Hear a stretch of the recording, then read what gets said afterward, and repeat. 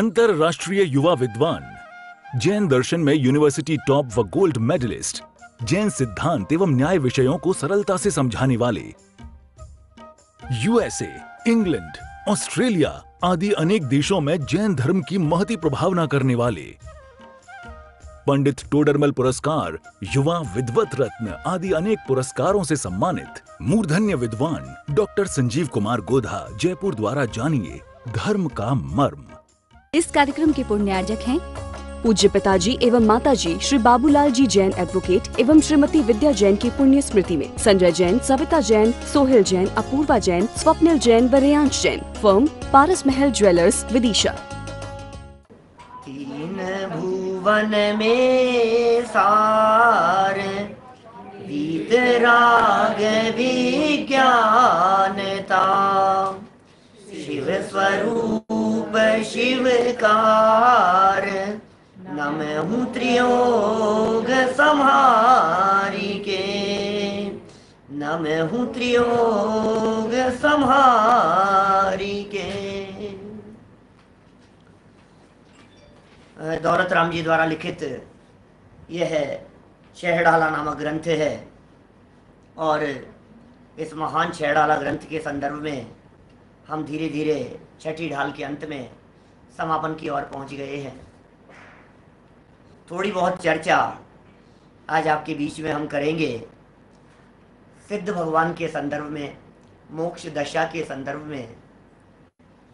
आज हमारा एक बड़े कार्यक्रम का समापन समारोह भी चल रहा है, इसलिए बहुत देर तो हम चर्चा नहीं करेंगे, लेकिन थोड़ी देर एक छंद के बारे में हम यहाँ जरूर चर्चा करते हैं।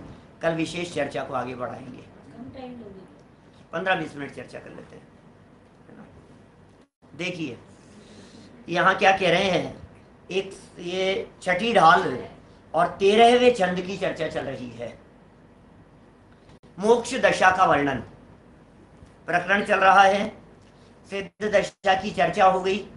मुनि अवस्था से भूमिका अनुसार बढ़ते बढ़ते बढ़ते अरहंत दशा और फिर सिद्ध दशा तक पहुंच गए। सिद्ध भगवान कैसे होते हैं, उन सिद्ध भगवान का क्या स्वरूप है, इस स्वरूप की चर्चा हम अपेक्षित विस्तार से कल तक आपके बीच में कर चुके हैं।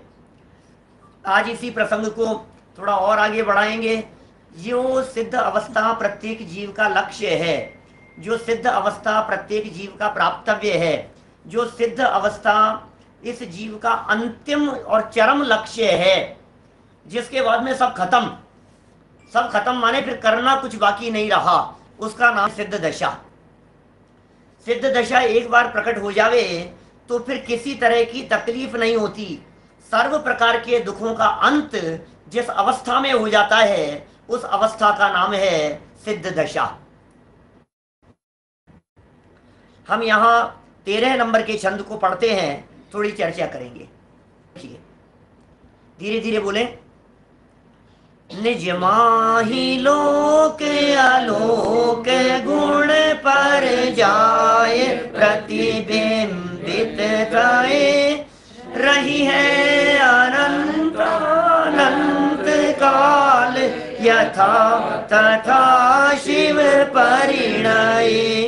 धनी धन्य है जे जीव नर भव पाए, ये कारज किया तिन्हि अनादि भ्रमण पंच प्रकार, तजीवर सुख लिया।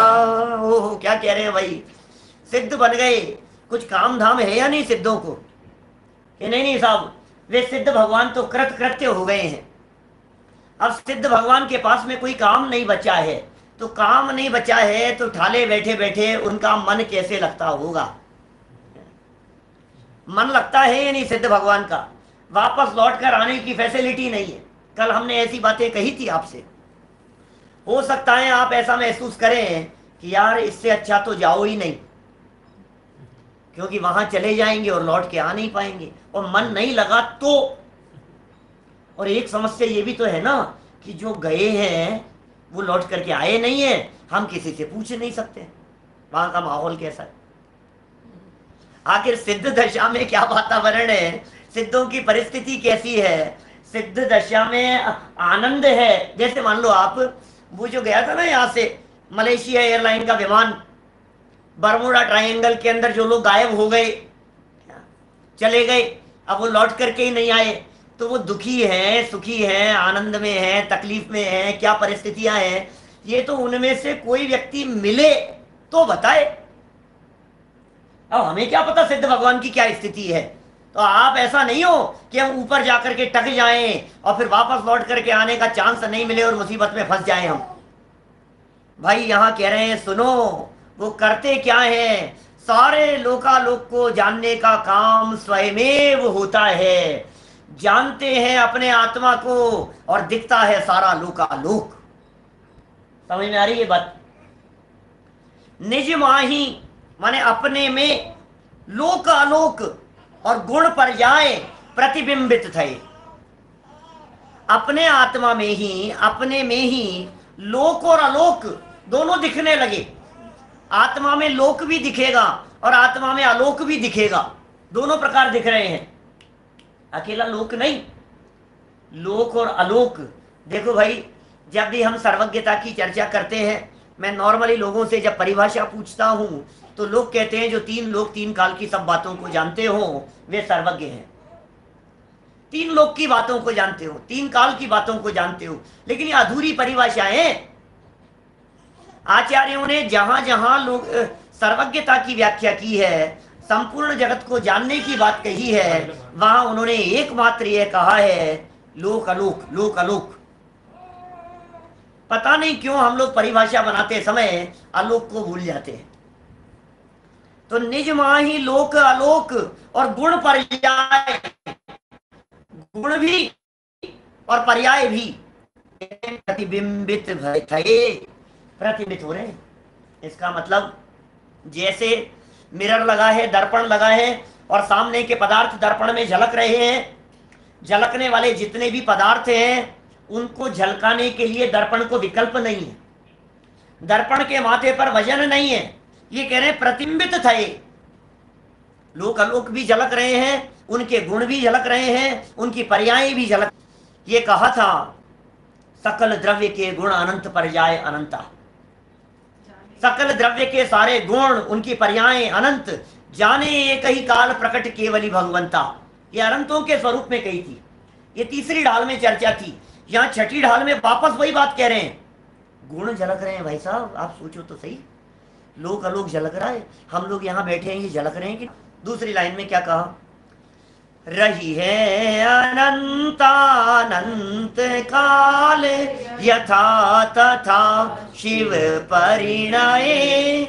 क्या नेट का इशू भी आ रहा है, थोड़ा सा ऐसा लग रहा है इशू, सामने मैसेज भी आ रहे हैं लोगों के। रही है अनंतानंत काल, कब तक रहेंगे सिद्ध दशा में, कब तक रहेंगे वे? एक बार सिद्ध दशा प्रकट हो गई, अब वहां कब तक रहेंगे? 5 दिन, 15 दिन, 25 साल, 500 साल, 5000 वर्ष, 5 करोड़ वर्ष, कितने टाइम के लिए रहेंगे? ये सब जितनी आयु होगी, अरे आयु तो है ही नहीं, आयु तो है ही नहीं।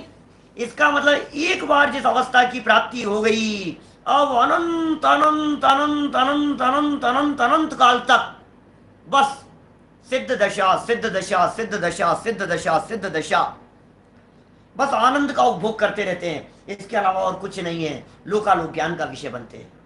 ऐसी दशा का नाम है सिद्ध दशा। रही है अनंत अनंत काल यथा तथा, यथा तथा माने जैसे के तैसे, यथा तथा शिव परिणय, जैसे मोक्ष अवस्था रूप में परिणमित हुए हैं वैसे के वैसे उस अवस्था में सदा काल बने रहेंगे। यथा तथा शिव परिणय। फिर क्या कह रहे हैं? अब प्रेरणा आ गई थोड़ी सी, क्या थोड़ा उपदेशात्मक शैली में बात हो गई।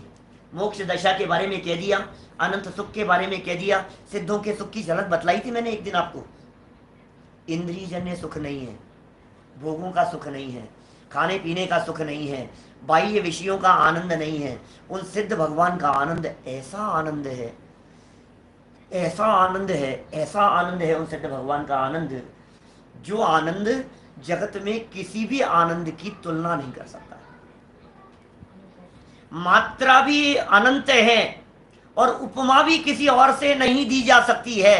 ऐसी स्थिति है सिद्ध परमात्मा की, अनंत अनंत काल तक बस उसी अवस्था में यथा तथा जैसे के तैसे शिव परिणये मोक्ष अवस्था रूप से परिणमित होकर के विराजमान रहने वाले हैं।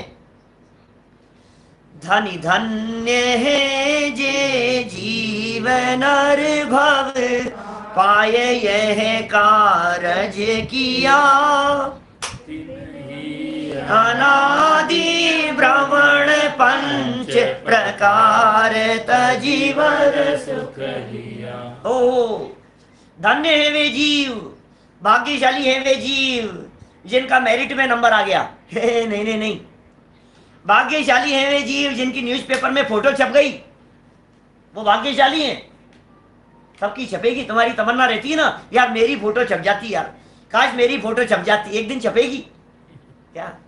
सब देखेंगे लेकिन बस तुम नहीं होंगे देखने वाले। उठाओ ने की फोटो, बैठक की फोटो, बोलो छपेगी कि नहीं छपेगी? अरे ये कोई बड़ी चीज नहीं है, इसमें कोई दम नहीं है। ये कह रहे हैं धन्य है वे जीव जिन्होंने मनुष्य जन्म प्राप्त करके वो काम कर लिया है। मनुष्य जीवन की सार्थकता सिद्ध अवस्था की प्राप्ति के लिए है भाई साहब। ये मनुष्य जन्म एक ऐसा जन्म है जिससे निर्वाण की प्राप्ति हो सकती है। त्रियंच निर्वाण में नहीं जा सकते, देवगति के जीव मोक्ष की प्राप्ति नहीं कर सकते, नर की जीवों को मोक्ष जाने का चांस नहीं है। नर भाव पाकर के जिन्होंने ये काम कर लिया, सफल कर लिया मनुष्य जन्म की सफलता संयम पूर्वक साधना की चरम अवस्था को प्राप्त करने में है। मनुष्य जन्म की सार्थकता सम्यक दर्शन मात्र की प्राप्ति में नहीं है। 2-5 करोड़ रुपया कमा लिया, इसमें मनुष्य जन्म की सार्थकता नहीं है। सफल हो गए साहब, 2-5 करोड़ रुपया कमा लिया, ये कर लिया, इतना बड़ा बंगला बना लिया, ये सुविधाएं हो गई, 2-5 बच्चे हो गए, बहुएं आ गई, पोते पोती खेल रहे हैं, अरे सब सफल है, और क्या करेंगे साहब, इससे ज्यादा और क्या कर सकते हैं बोलो। कि सुनो भाई, यहां कुछ और कह रहे हैं।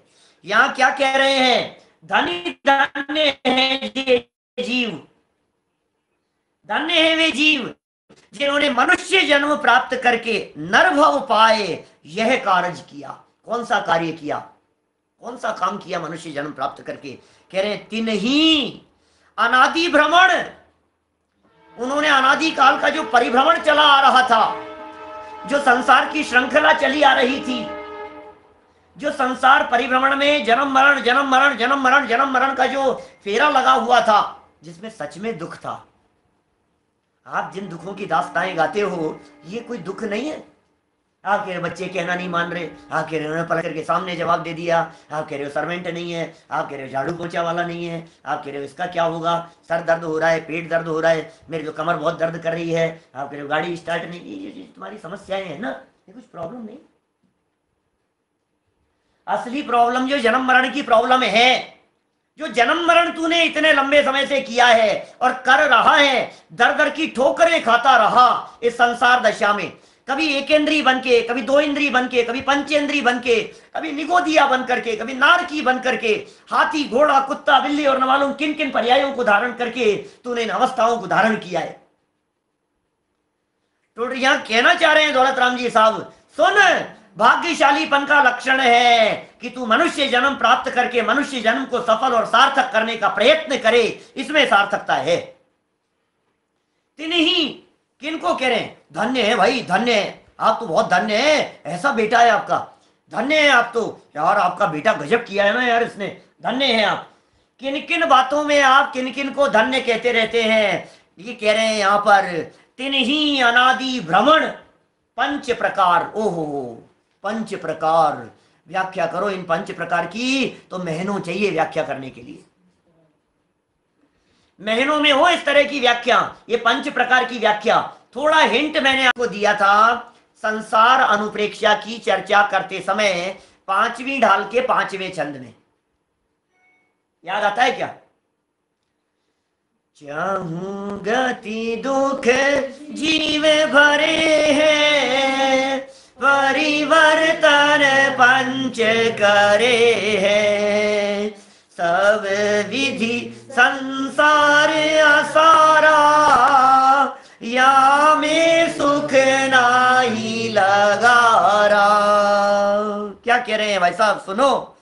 नरभव पाकर के ये काम कर लिया, तिन्ही अनादि भ्रमण परिवर्तन, कितना, 5 प्रकार का परिभ्रमण, पुद्गल परावर्तन, क्षेत्र परावर्तन, काल परावर्तन, भव परावर्तन, भाव परावर्तन। अरे नाम ही इनके इतने खतरनाक हैं, इनके स्वरूप की चर्चा करने पर रोंगटे खड़े होते हैं। ऐसी दशा है, किसका नाम है ये 5 परावर्तन।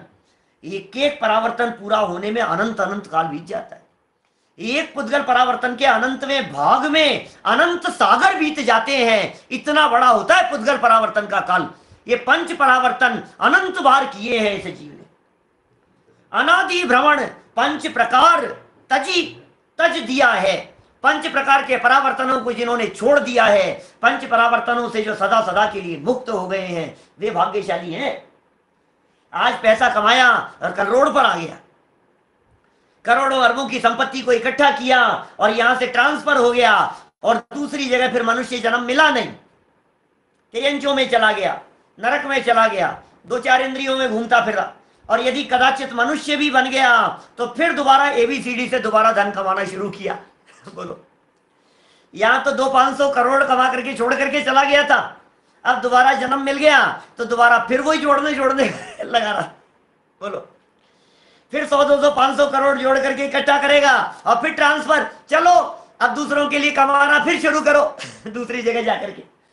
मजदूरी करता रहा अनादिकाल से आज तक। ये 5 प्रकार के परिवर्तनों को तज कर वर सुख जिन्होंने लिया है, धन्य है वे जीव। उत्कृष्ट सुख की प्राप्ति जिन्होंने की है, धन्य है वे जीव।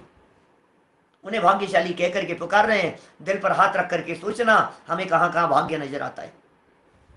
या तो सिद्ध भगवान, धनी धन्य, अरे धन्य में भी धन्य है वो तो, धनवान है वो तो, वे सिद्ध भगवान जिनका ये कार्य हो गया है। यहां कह रहे हैं भाई साहब, 5 प्रकार के परावर्तनों को जिन्होंने छोड़ दिया है, उन जैसा भाग्यशाली सिद्ध भगवान जैसा कोई और नहीं है। दूसरे नंबर पर यदि हम किसी भाग्यशाली की बात कहें तो हम पता है क्या कह सकते हैं आपसे, अनंत भगवान। और थोड़ा सा नीचे उतरे तो हम कहेंगे आचार्य, उपाध्याय और साधु, वे सब भाग्यशाली हैं। और थोड़ा सा नीचे उतरे तो पंचम गुण स्थानवर्ती भाग्यशाली है, और यदि नीचे उतरे तो चौथे गुण स्थानवर्ती भाग्यशाली है, और यदि नीचे उतरे तो और कितना नीचे उतरोगे, इसके नीचे तो सब अभागे हैं क्या। चौथे से नीचे वालों को भाग्यशाली क्या कहें। कितना कमाओ, कितने पद पर पहुंच जाओ, कितनी प्रतिष्ठा पर पहुंच जाओ, क्योंकि तुमने जिस पद की प्राप्ति की है वो पद और प्रतिष्ठा थोड़े समय में तुमसे छीन ली जाएगी। भाग्यशाली वे हैं, सुनो, जो व्यक्ति जितना बड़ा होता है ना, वो व्यक्ति उतना ऊपर विराजमान करते हैं उसको। ये सिद्ध भगवान ने जिस अवस्था की प्राप्ति की है, ये लोक के शिखर पर जाकर के विराजमान हो गए, सबसे ऊपर। इनसे ऊपर अब दुनिया में कोई नहीं। अनंत काल निगोद दशा के अंदर बिताया, वो तो स्टार्टिंग पॉइंट लिया, माने कमी बेसी थोड़ा बहुत परिवर्तन होते हुए अनंत काल निगोद दशा के अंदर कभी किस अवस्था में रहा, कभी किस अवस्था में रहा। निगोद दशा के अंदर भी कभी सूक्ष्म निगोदिया हुआ, कभी बादर निगोदिया हुआ, नित्य निगोदिया रहा, तो वो अवस्थाएं उसकी जन्म मरण करता रहा वहां अंतर्मूर्त में उसका जीवन पूरा होता रहा, नई नई आयु धारण करता रहा, फिर निगोद निगोद निगोद, ऐसे अनंत काल इस जीव ने निगोद दशा के अंदर बिताया। और उसके बाद अब कह रहे हैं, बाकी सब दशाओं का वर्णन करने के बाद अंत में जाकर के यह कह दिया कि रही है अनंत काल मोक्ष दशा में। माने शुरुआती पॉइंट की यदि बात करें तो शुरुआत तो है ही नहीं, क्योंकि अनादि है, अनादि में शुरुआत तो होती नहीं है। लेकिन शुरू एक बहुत बड़ा पार्ट, माने अनंत काल तो निगोद दशा में बीत गया और अनंत काल सिद्ध दशा में बीतेगा, क्योंकि अब सिद्ध दशा प्रकट हो जाने के बाद इस कहानी में कुछ वो ट्विस्ट नहीं आने वाला है, कोई परिवर्तन नहीं होने वाला है। बस सिद्ध सिद्ध सिद्ध सिद्ध सिद्ध सिद्ध सिद्ध सिद्ध सिद्ध, क्या सिद्ध दशा ही रहने वाली है अनंत काल तक। और बीच की जो दशाएं थी उनमें जितने ट्विस्ट थे वो सब दौलत राम जी ने यहाँ बतला दिया हमारे सामने। कौन कौन सी पर्यायें कैसे कैसे धारण करता रहा, कहाँ से कहाँ गया, कहाँ से कहाँ गया, फिर वहाँ से फिर दोबारा घूम फिर करके परिवर्तन पूरे करे, इन सब का कारण कौन था, मिथ्या दर्शन आदिक, सम्यक दर्शन आदिक की चर्चा कर ली। रत्नत्रय की बहुत विस्तार से चर्चा करने के उपरांत माने अब ये मोक्ष तक पहुँचा दिया इन्होंने। ये सब चर्चाएं कल की क्लास में हम आपके बीच में कर चुके हैं। कल 13 नंबर का हमने यहाँ छंद पढ़ा था और दौलत राम जी ने उन्हें बहुत भाग्यशाली कह दिया था। धनी धन्य है ये जीव, वे जीव बहुत भाग्यशाली हैं जो मनुष्य जन्म प्राप्त करके जिन्होंने ये काम किया, ये उत्तम कार्य है, करने योग्य। ये व्यक्ति कहता है ना कि साहब कुछ ऐसा काम करें पंडित जी, मेरी इच्छा है, मेरी भावना है कि कुछ ऐसा काम किया जाए कि नाम अमर हो जाए। अरे नाम की अमरता में नहीं, काम ऐसा करके अनंत काल के लिए रत्व को प्राप्त हो जाए। मरण तो कभी होना ही नहीं है, मरेगा तो है नहीं कभी भी, ये आत्मा कभी मरता तो है नहीं, न आत्मा का जन्म हुआ है न आत्मा का मरण होगा। तो कहानी तो सच में देखा जाए तो अनादि अनंत है, लेकिन अनादि अनंत इस स्वरूप में अनंत इधर और अनंत इधर, और बीच में पूरी कहानी को शुरू से आखिरी तक बतला दिया। भाग्यशाली हैं वे जीव जिन्होंने मनुष्य जन्म प्राप्त करके इन पंच परावर्तनों को छोड़कर वर सुख लिया, उत्तम सुख की जिन्होंने प्राप्ति कर ली। वर माने होता है उत्तम, वर माने होता है श्रेष्ठ। लड़की के लिए वर देख रहे हैं, वर देख रहे हैं मतलब जो सबसे श्रेष्ठ हो उसकी तलाश कर रहे हैं। इससे अच्छा हमारे को कोई दूसरा लड़का मिला नहीं, वो वर है। वर माने होता है श्रेष्ठ। तो वर सुख लिया माने उत्तम सुख की प्राप्ति जिन्होंने कर ली है वे जीव बहुत धन्य हैं, वे जीव, ऐसा कहा था। अब आज कुछ चर्चा, प्रेरणात्मक चर्चा होगी, पुरुषार्थ की प्रेरणा देने वाली ये चर्चा है। 14 नंबर का छंद है। देखिए छंद पढ़ते हैं। शुरू की 2 लाइनों में तो कुछ बखान किया है महिमा का, और अंत की 2 लाइनों में बात कह दी है हमारे लिए। देखें 14 नंबर का छंद। मुख्योपचार दुभेदयो बड़ भागी रत्नात्रय धरे, अरु धरेंगे ते शिव लाहे, तिन सुयश जल जगमल हरे। इम जानी आलस हानि साहस ठानिय, सिख आदरो जब लोन रोग जरा गहे, तब लो झटित निज हित करो। क्या कह रहे हैं भाई साहब, गजब कर दिया है दौलत राम जी। मुख्योपचार, 2 बातें कह रहे हैं, मुख्य और उपचार। मुख्य और उपचार, मुख्य सो निश्चय और उपचार सो व्यवहार, ऐसा ऐसा कथन किया जाता है। यद्यपि नयों के कथन में कभी व्यवहार नय मुख्य होता है, कभी निश्चय नय मुख्य होता है।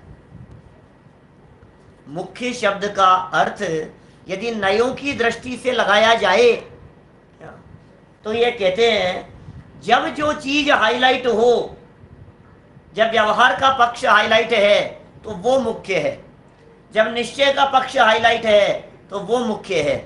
लेकिन यहाँ चूंकि मुख्य के साथ में उपचार शब्द का प्रयोग किया है, इसलिए मुख्य का अर्थ है निश्चय, मुख्य का अर्थ है प्रयोजनभूत, मुख्य का अर्थ है यथार्थ, मुख्य माने है वास्तविक, जो प्रमुख है।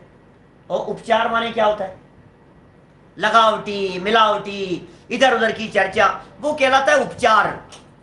मुख्य माने वास्तविक और उपचार माने लगावटी मिलावटी। उपचार से कह दिया गया, कहने के लिए कह दिया गया, उसका नाम है उपचार। ख्याल में आई क्या आपको बात कुछ? जैसे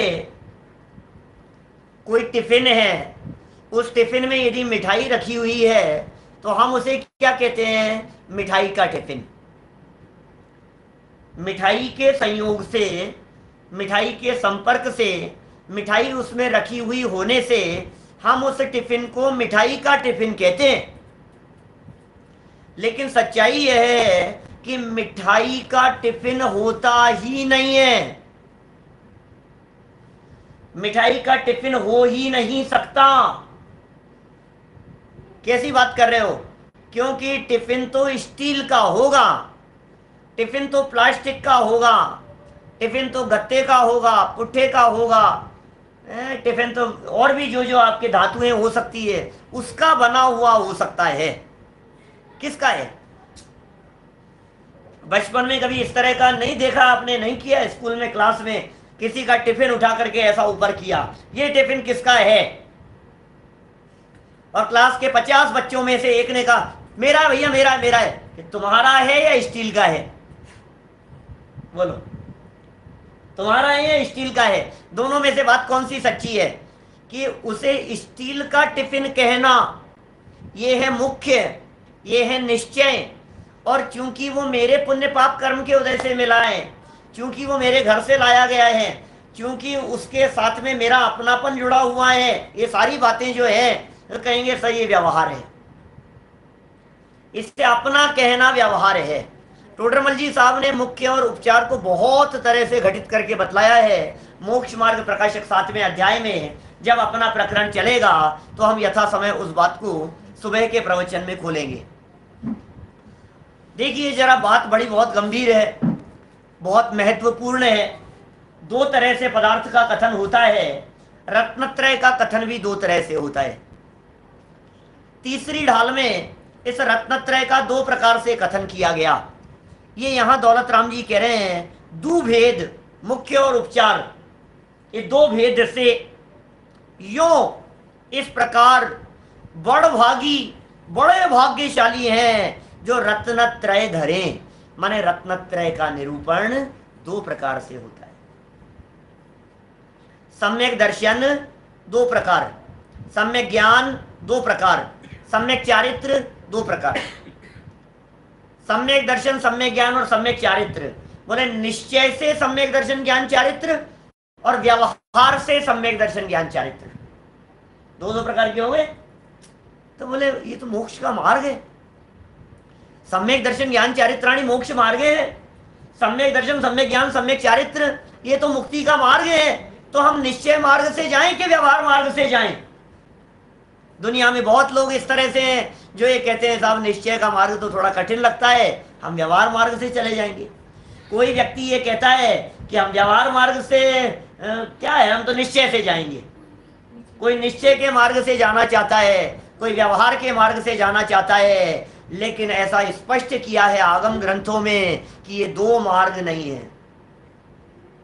एक होए तृण काल मां परमारथनो पंथ, परमार्थ का मार्ग तो तीन काल में एक ही है, मुक्ति का मार्ग तो एक ही है, रत्नत्रय। हाँ, उस रत्नत्रय को देखने वाले दृष्टिकोण दो हैं और उन दोनों प्रकार के दृष्टिकोणों से जो जीव भाग्यशाली हैं इस रत्नत्रय को अपने जीवन में धारण करते हैं। ठीक है, मुख्योपचार दुभेदियों बड़भागी रत्नत्रय धरे अरु धरेंगे। बोलो, जिन्होंने धरा है वो बड़ भाग्यशाली हैं। अरु धरेंगे, जो धरेंगे उनका क्या होगा? बोले शिव लहे। शिव माने होता है मोक्ष। आज तक जिन्होंने रत्नत्रय को धारण किया वे मोक्ष में चले गए, और भविष्य में जो कोई भी इस रत्नत्रय को धारण करेंगे वे शिव लहे, वे मोक्ष की प्राप्ति कर लेंगे। माने रत्नत्रय ही मोक्ष प्राप्त करने का मार्ग है।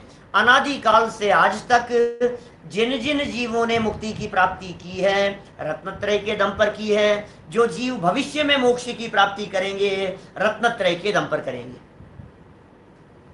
अरु धरेंगे ते शिव लहे। शिव माने मोक्ष और लहे माने प्राप्त करेंगे। तीन सुयश जल जगमल हरे। उनका सुयश, उनकी महिमा, उनकी कीमत, उनका गुणानुवाद, उनकी चर्चाएं सारे जनागम में भरी पड़ी हैं। बोलो, प्रथमानुयोग में किन्हें स्थान मिला है ये बताओ मुझे। किन किन को प्रथमानुयोग में स्थान मिलेगा?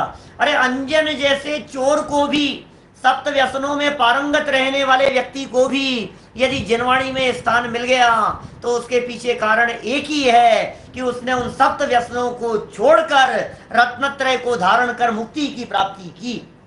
जिनवाणी भरी है। अंजन चोर की चर्चा करो, चाहे विद्युत चोर की चर्चा करो, चाहे राजा महाराजाओं की चर्चा करो, वे राजा महाराजा नहीं जो चतुर्गति में परिभ्रमण कर रहे हैं, उनकी नहीं, वे राजा महाराजा। अरे गरीब व्यक्ति की चर्चा भी होगी, भील जैसे की चर्चा भी होगी जिसने एक प्रतिज्ञा निभाई, मेंढक की चर्चा भी होगी, सियार की चर्चा भी होगी, बोलो आप, जिसने रात्रि भोजन त्याग की प्रतिज्ञा निभाई। उन सब की चर्चा, हाथी की चर्चा करेंगे, सम्यक दृष्टि हाथी, त्रिलोक मंडन नाम का एक हाथी था, जंगल में तांडव मचा रहा था, तोड़फोड़ मचा रहा था। अचानक एक मुनिराज को देख करके उसके परिणाम समझ गए, जाति स्मरण हो गया, सम्यक दर्शन ले लिया, व्रत अंगीकार किए उस हाथी ने। देखो गुणानुवाद हो रहा है उनका, महिमा बखान हो रही है। मेंढक के जीव की चर्चा मिलेगी। राजा श्रेणी के हाथी के पैर के नीचे कुचला गया और मर करके सीधा भगवान महावीर स्वामी के समूह शरण में पहुंच गया। यदर्चा भावेन प्रमुदित मनादर दुर इह क्षणादासीत स्वर्गी गुणगण समृद्धि सुख निधि लभन्ते सद्भक्ता शिव सुख समाजम किमुतदा महावीर स्वामी नयन पथगामी भवतु। मेंढक के गीत गा दिए, शेर के गीत गा दिए। शास्त्रों को उठा करके देखो आप, कहीं जम्बू स्वामी की कहानी लिख रहे हैं, कहीं सेठ सुदर्शन की कहानी लिख रहे हैं।